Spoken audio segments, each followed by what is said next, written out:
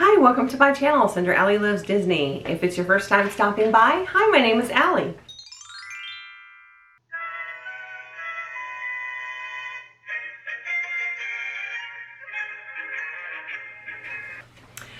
So I'm wearing my Marvel gear, of course, to represent, since the movie is Doctor Strange in the Multiverse of Madness. And this was at the movie theater. We did just see it over Memorial Day weekend, and that is when I'm filming this. So it's only been like 2 days or a day and a half since I saw it.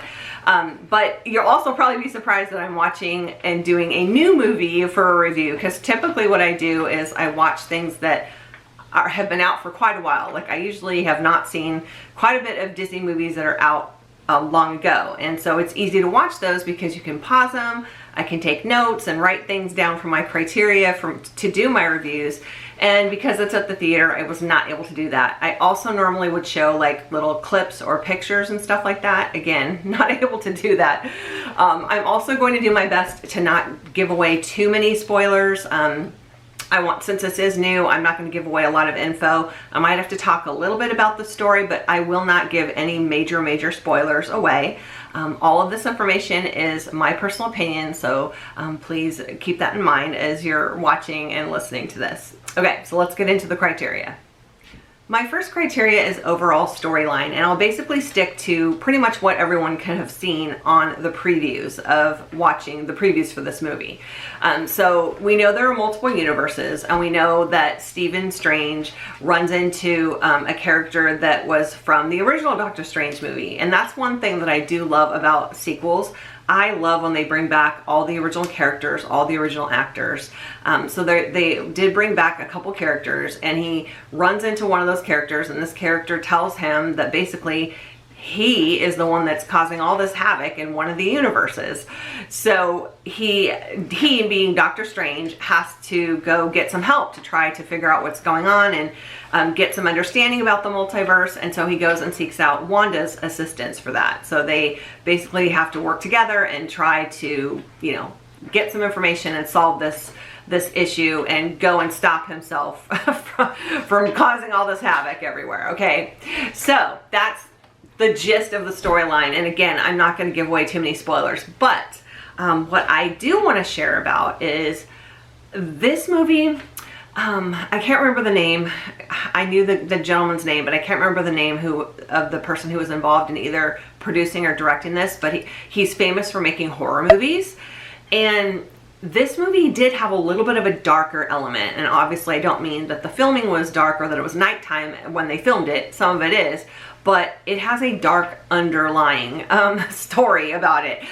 There was a little bit more, I don't want to say gore, but they showed a lot more, and again, I don't want to really say violence either, because we know there are some violence in Marvel movies. They're fighting and things like that, but it just seemed to show a lot more dark things than what they would normally show in a Marvel movie.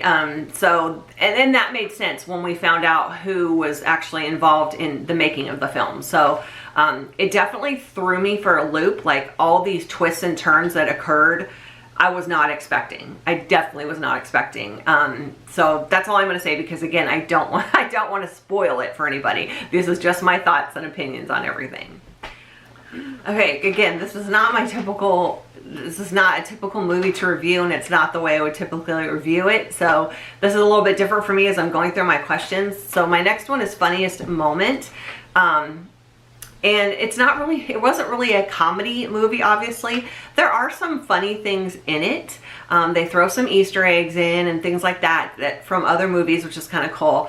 But one thing that kind of comes to mind to this is, you know, there's a party going on. I'm not going to give away what's happening with it, but basically there's this big, huge, like squid looking monster kind of thing that ends up crawling up a building and destroying stuff. And Steven, of course, like, you know, jumps out, leaves this party and jumps into the battle scene to help.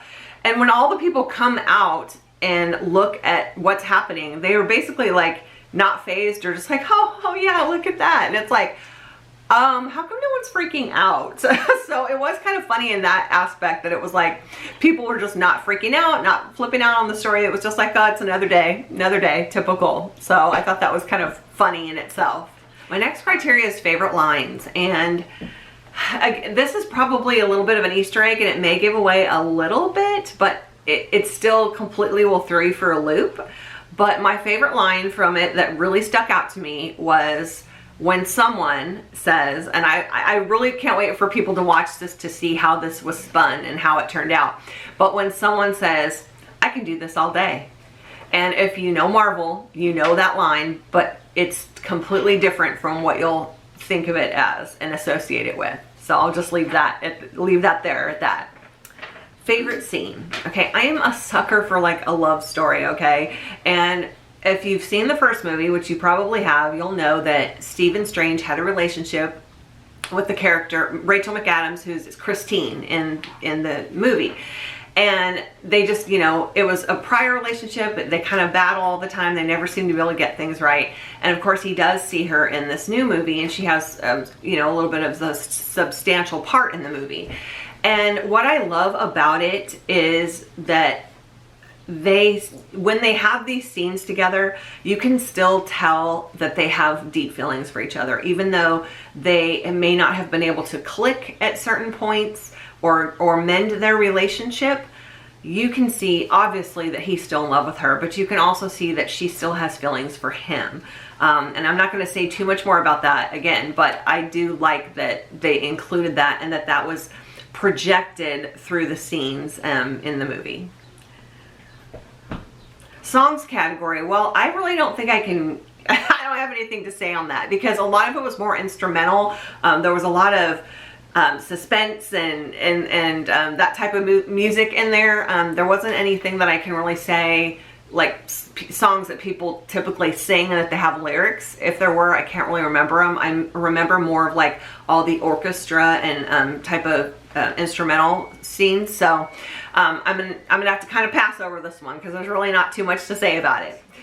Disney villains. Okay, so I really can't say a lot about this without spoiling it, but again, I will say it goes in a direction that at least for me, I did not expect at all.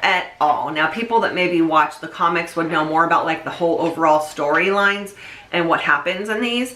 I've never read the comics, so did I say that right?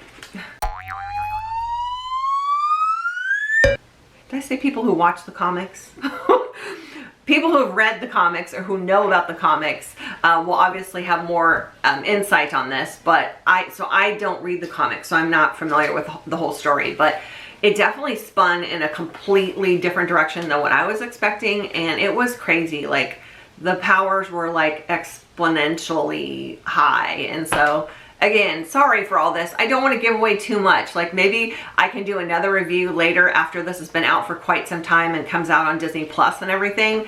But I just don't want to spoil it for anybody. So please just know that and respect that for me, because I'm trying to be respectful for everybody else. I don't want to give too much away. But like I said, it just definitely took me in a direction I was not expecting.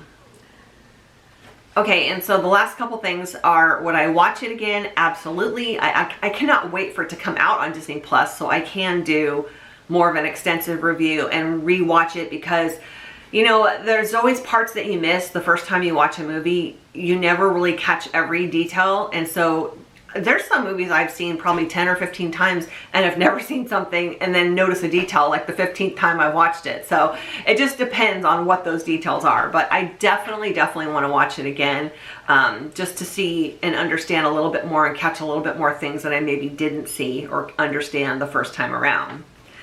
And my glass slipper rating, I'm going to give this movie a 4.